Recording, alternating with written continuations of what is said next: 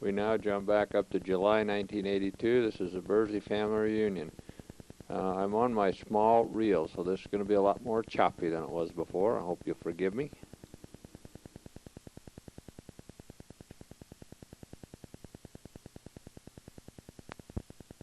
Started soothing me.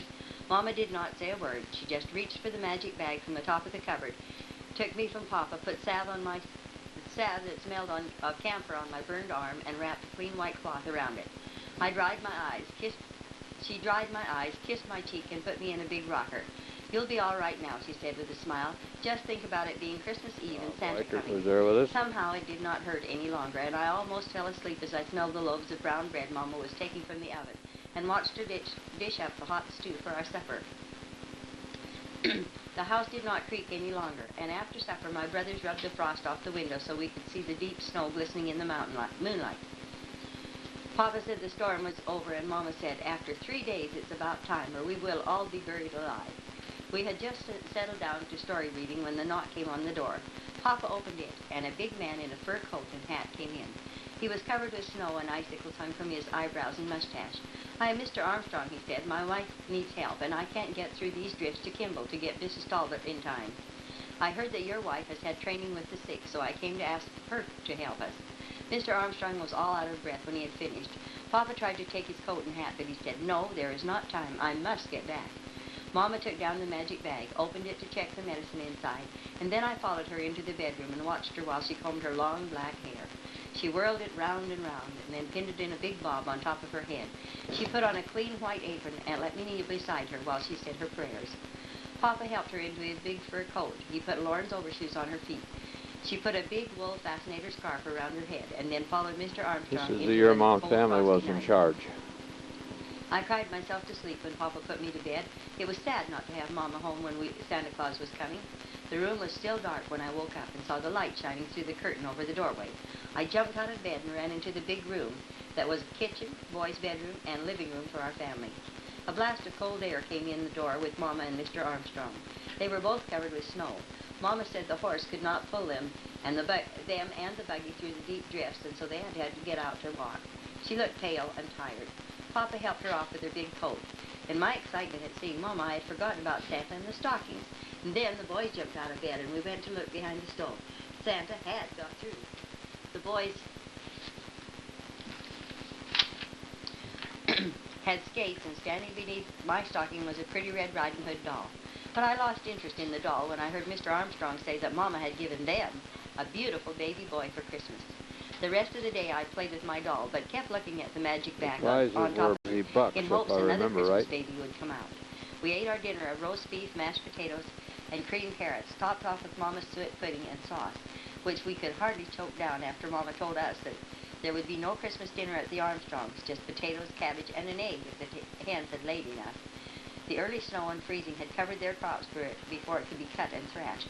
After the boys had washed the dishes for Mama, Papa brought around the horses and sleigh to take Mama to see how Mrs. Armstrong and the baby were getting along, and we all went with them. The horses lunged through the deep snow, sending snowballs from their hoofs back into the sleigh. We laughed when the drifts were so high the sleigh bounced over the top, jarring us when it hit the bottom. We arrived at the Armstrong house that looked like two boxes put together with a lean-to porch in between. Papa tied the horses and we followed.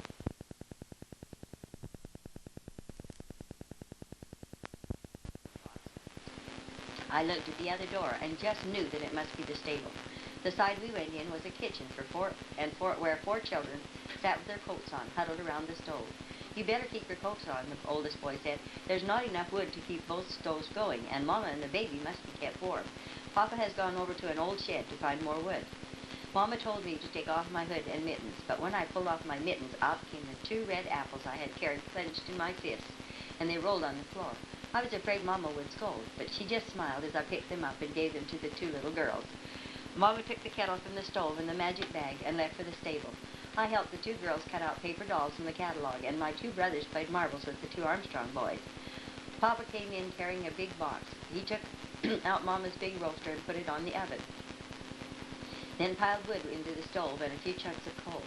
Soon Mama came out to the door and told us that we could come see the baby. When we went in through the other door, it wasn't a stable, but a big bedroom. The baby was in a cradle made of a wooden box, not a manger.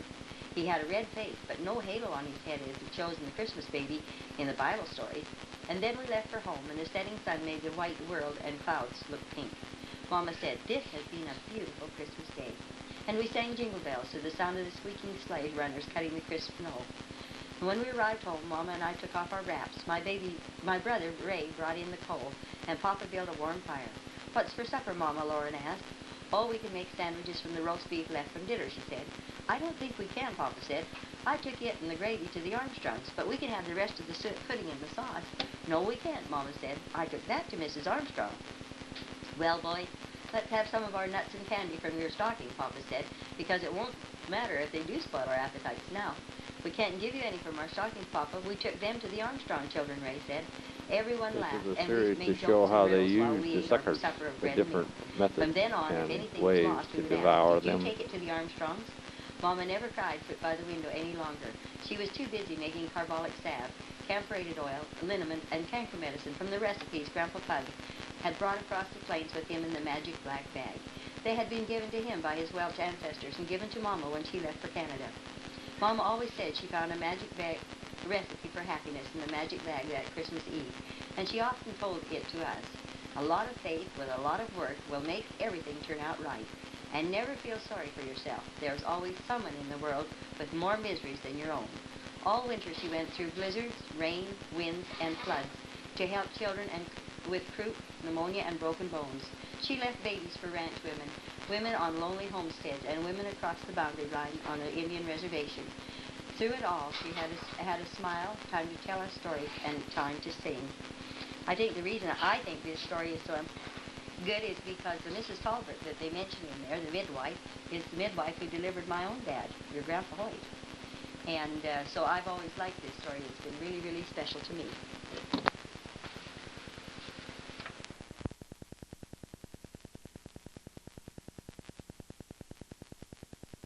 Love of a good family and a woman of his own. Give him a fire in his heart, give him a light in his eyes, give him the wild wind for brother and the wild Montana skies. This is a film taken by Matt, so I take no credit, nor you can't criticize me for its content. Thank you.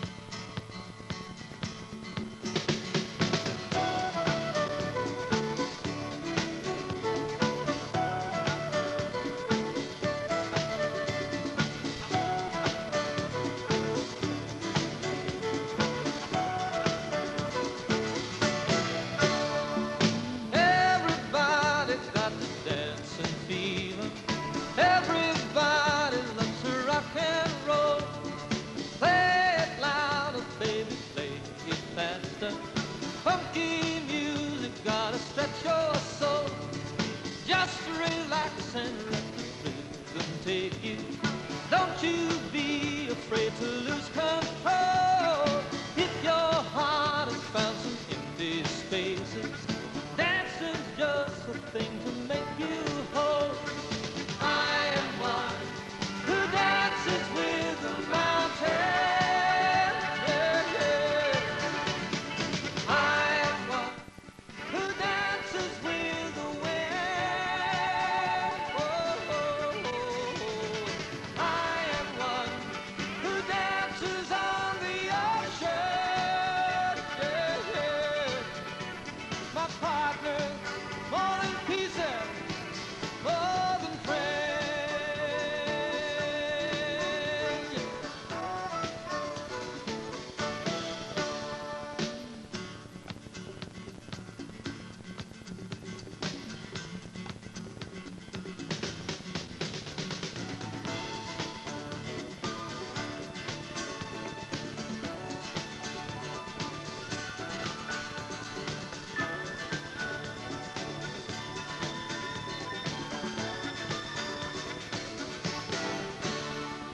Were you there the night they lost the lightning?